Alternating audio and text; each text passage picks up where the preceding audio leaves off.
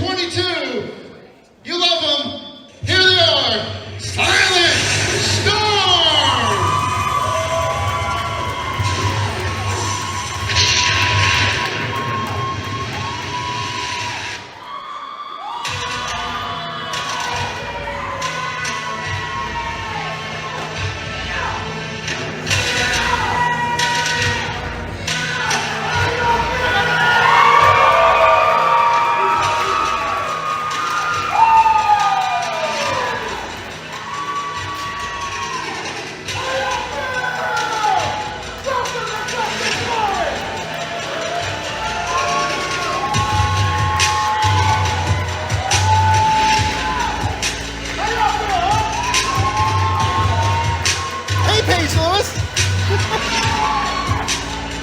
Is that your phone? And whose phone is?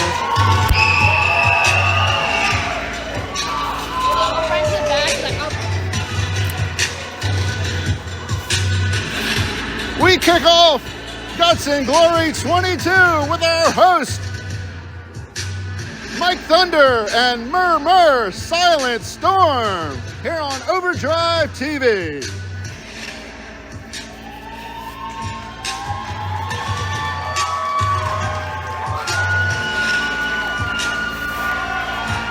Let's hear what the former DCW Tag Team Champions have to say.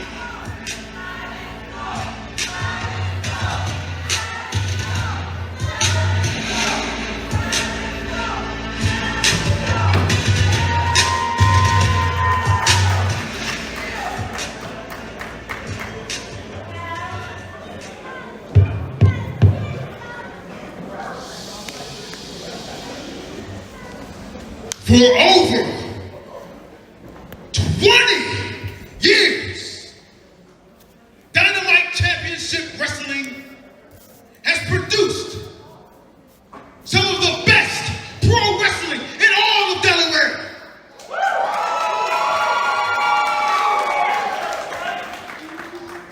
Now, I know you're excited for Guts and Glory, but Murr has something he'd like to say first.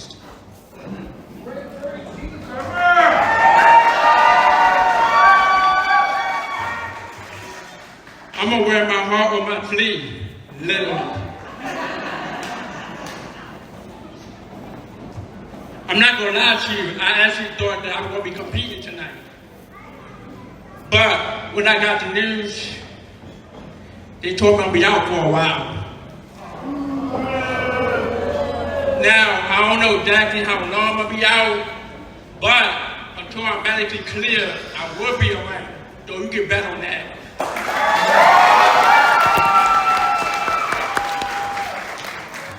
Anybody that really knows me knows that I can't stay away from the ring that long.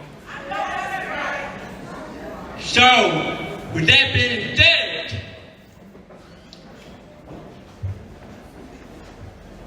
this is Guts and Glory, right?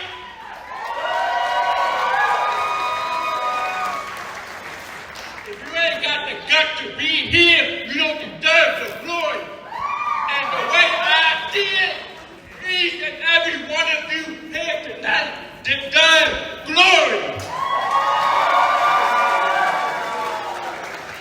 For sticking by 3 letters for 22 years. DCW!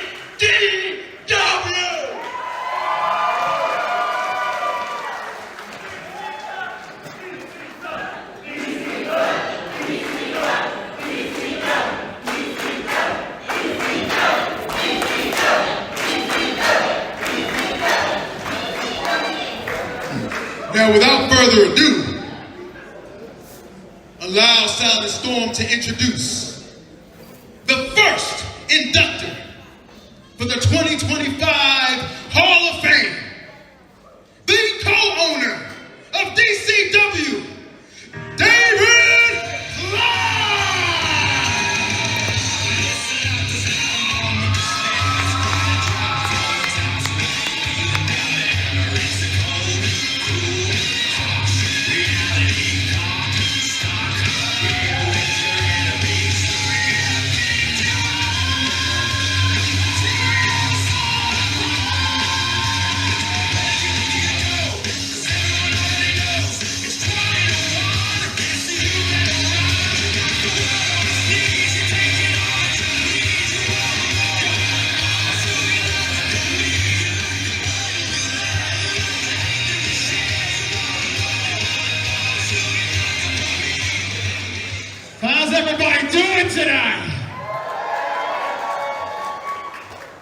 22 years.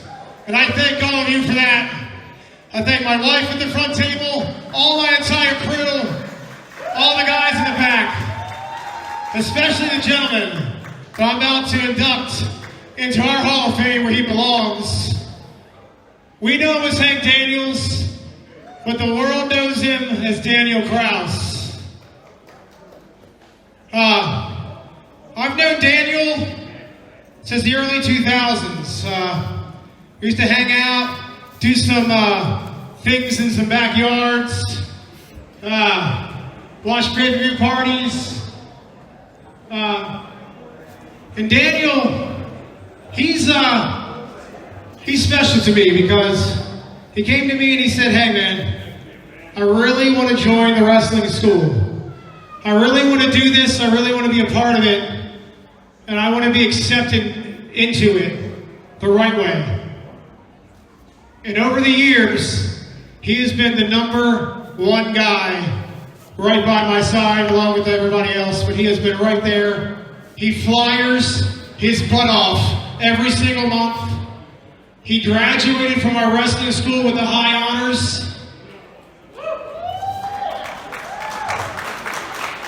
And when he asked me to induct him, it was special. It meant a lot to me. So ladies and gentlemen, I give to you Hank Daniels.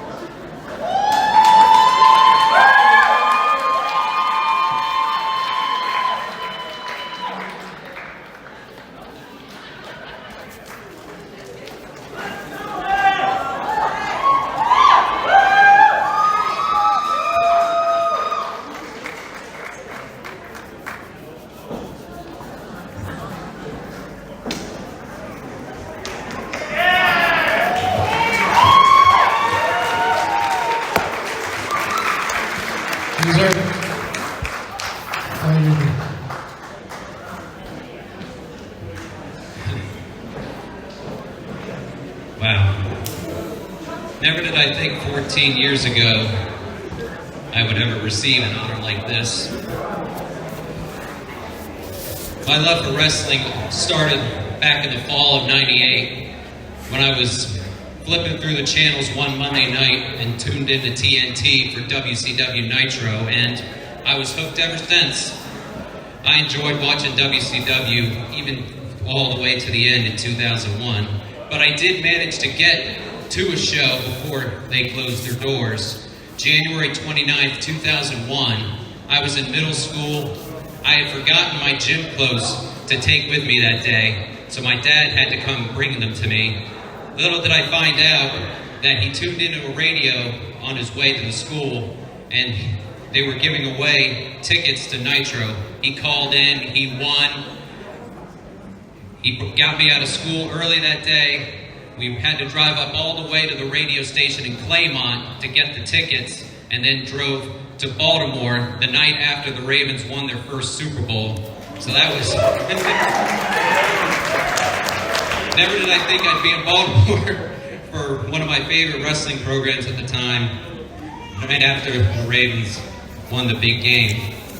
Even after WCW closed, I started watching WWE, went to a few shows there, and then 2003 went to the first few shows for DCW at the old JW's bar in Dover.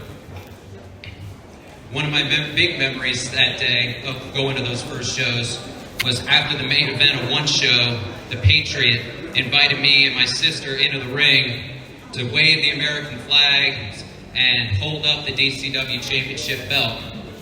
That's one of those memories I'll never forget. Was 2007 when I first met David Klein with our wrestling friend, a group of wrestling friends down in Seaford. We'd talk wrestling, we'd watch wrestling. The meetups fizzled out over the years, and it wasn't until 2011 when I found out that David had bought DCW, so in April of 2011, I went to a show in Greenwood. I believe it was that year's Honor Cup. And I met with him after the show. I was like, hey, I'd love to get into the wrestling business. So he invited me out to his training school, which at the time was in his garage. It was when I met my trainer, Mark the Dragonfly Haro. And I'm trained with many greats. You probably remember a lot of them from DCW. Guys like Tim Richards, JJ Cruz, C. Senor, Bull Smith, Muddy and Marcus Waters, Violent Valentino, and a couple who are still with DCW today, the one now known as Fallen Phoenix, and the dirty one himself, Sonny Deeds. So first couple months in, I worked my first show. It wasn't actually for DCW, it was actually for Jay Jones and Power Pro Wrestling down in Ellendale. It was quite the first show for me. Refereeing matches with the likes of Nikolai Volkov, Axel Rotten, and even refereeing the main event, tag team main event between D-Lie and Sandy Fork's own Mark and Jay Briscoe.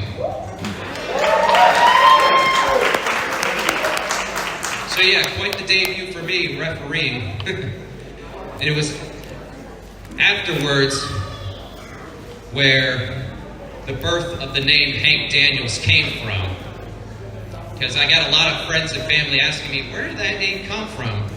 Well, being the usual humid August evening, I wasn't exactly feeling well down south. And it was the next training session that I attended where my trainer Mark came to me and came up with a brilliant nickname. He told me, I'm gonna call you Hank Chafe from now on.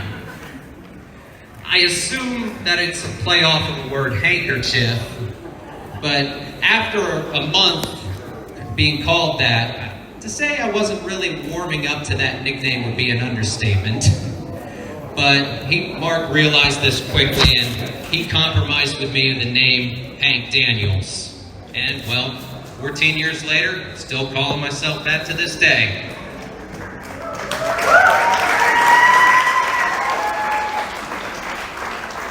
DCW has definitely been my home here in Delaware, but I've also repped for PPW as well, and other promotions in Maryland, Pennsylvania, and New Jersey. One major story, when I started training, Mark really wanted to see if they wanted to branch out beyond just refereeing or managing. He wanted his trainees to be wrestlers. But the moment came when I realized I was fine with being refereeing was during one training session. I was practicing a vertical suplex, but I didn't get my wrist up above my head. So when I landed the move, my wrist jutted right into my eye, hurt my wrist, and gave myself a black eye. I'm probably the only person who training to wrestle gave themselves a black eye from delivering a vertical suplex. And it was at the next training session I told Mark, yeah, I'm fine just being a referee. But fate has its ways, and last year I actually was brought in to not referee, but to wrestle a match, a tag team match with my fellow inductee, Mr. Ooh La La, against Sonny Deeds and the Honorable RGP. It was an honor to share this ring with those three men, and it was a privilege to have my mother in attendance for that night. It was right before, thank you. It was right before her chemo treatments happened. Back in November, early November, when Zach was in the ring, here in this ring, and he announced my Hall of Fame induction, erroneously calling me Hank Williams. A couple days after that, my mom was the first one I told about my induction, and she told me she would love to be there. Unfortunately, a week later, she would pass away. It hurt. Sorry.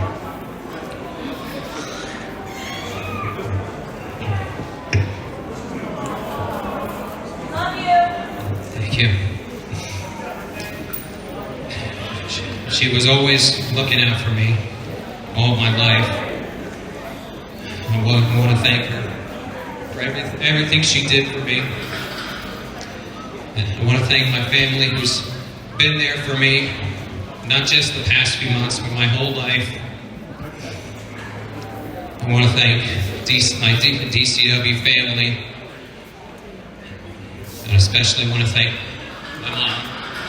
I wish she could be here in person for this, but I know she's looking down on me. I know she's proud of me, how far I've come, and how far I plan to go as I start a new chapter in my life, not just in DCW. I love you, Mom. I always will.